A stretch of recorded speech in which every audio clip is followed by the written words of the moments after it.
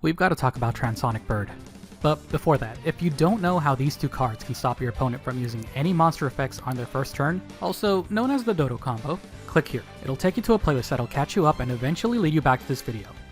So, Transonic Bird, a retrain of the original funny Rocket Bird that came in the very first store-bought deck I ever owned. Starter deck, Yu-Gi Evolution. Probably the reason I like rituals a lot. Who knows? I feel like this card has some serious potential as an alternate route for the Dodo combo. Let's go over its effect real quick. You can ritual summon this card with Sonic Tracker.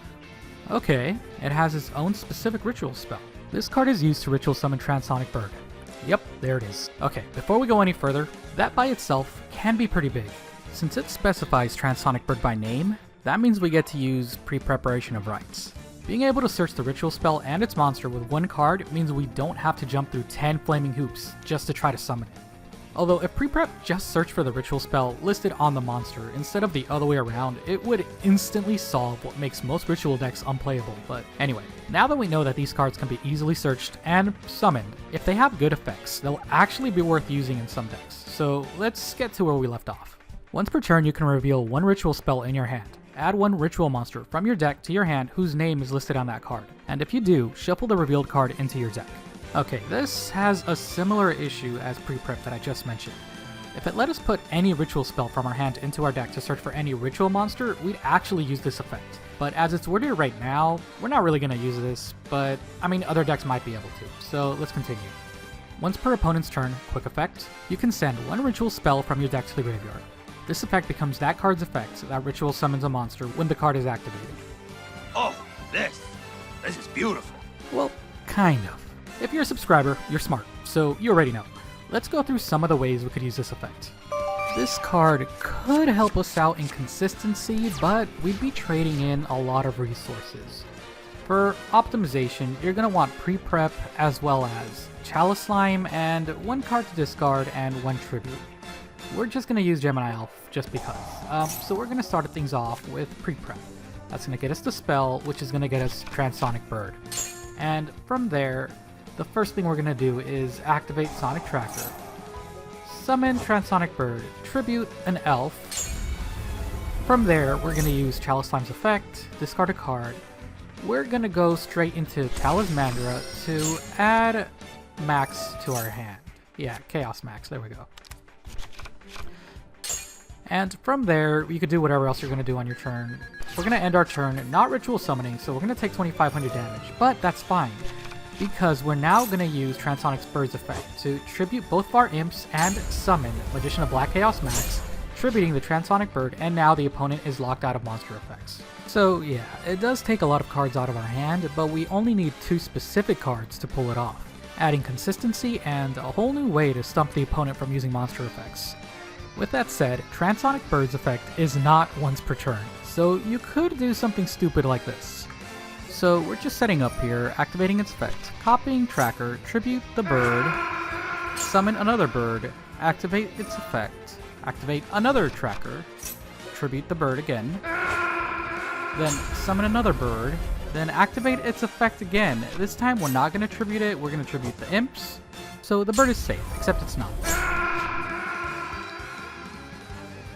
Oh yeah, the bird had one more effect. If this ritual summon card is tributed, you can target one face-up card your opponent controls, negate its effect until the end of this turn. Whether we tribute this bird for the ritual summon or Chaos Max's effect, we're probably not going to have a target for this, since it's best to bring out Chaos Max on the opponent's draw phase when they won't have anything on the board to target. But it's still nice to have, I guess.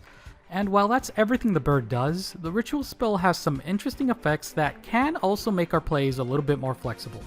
Sonic Tracker. This card is used to ritual summon Transonic Bird. You must also tribute monsters from your hand or field whose total levels equal 4 or more. Basic ritual stuff. The level of the monster special summoned by this effect becomes the total levels of monsters used for its ritual summon. This effect makes it possible to bring out any of our ritual boys using Transonic Bird as the only tribute. I wouldn't do this often, but again, it's something nice to have. You can banish this card from your graveyard, then target one ritual monster you control. Send one ritual monster with the same type or a tribute from your deck to the graveyard. You can only use this effect of Sonic Tracker once per turn. There's a few things we can do with this effect, but they're all for more niche, awkward situations. We could send a Magician of Chaos to the grave, which sets us up to use Chaos form on the opponent's turn and banish that Magician of Chaos to bring out another one from our hand. From there, we could do the self-pop thing to bring out Black Chaos Max.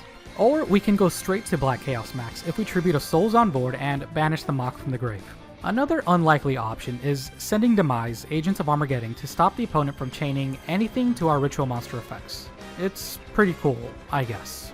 If you decide to use the Lesser Imps, you could theoretically add any 2 ritual monsters to your hand on the first turn. Talismandra adds 1 from the deck, Sonic Tracker sends another to the grave, which Pensaplume could then fish out and add to your hand. That's pretty much all of the ways we could use it for our Chaos ritual purposes, so should we use it?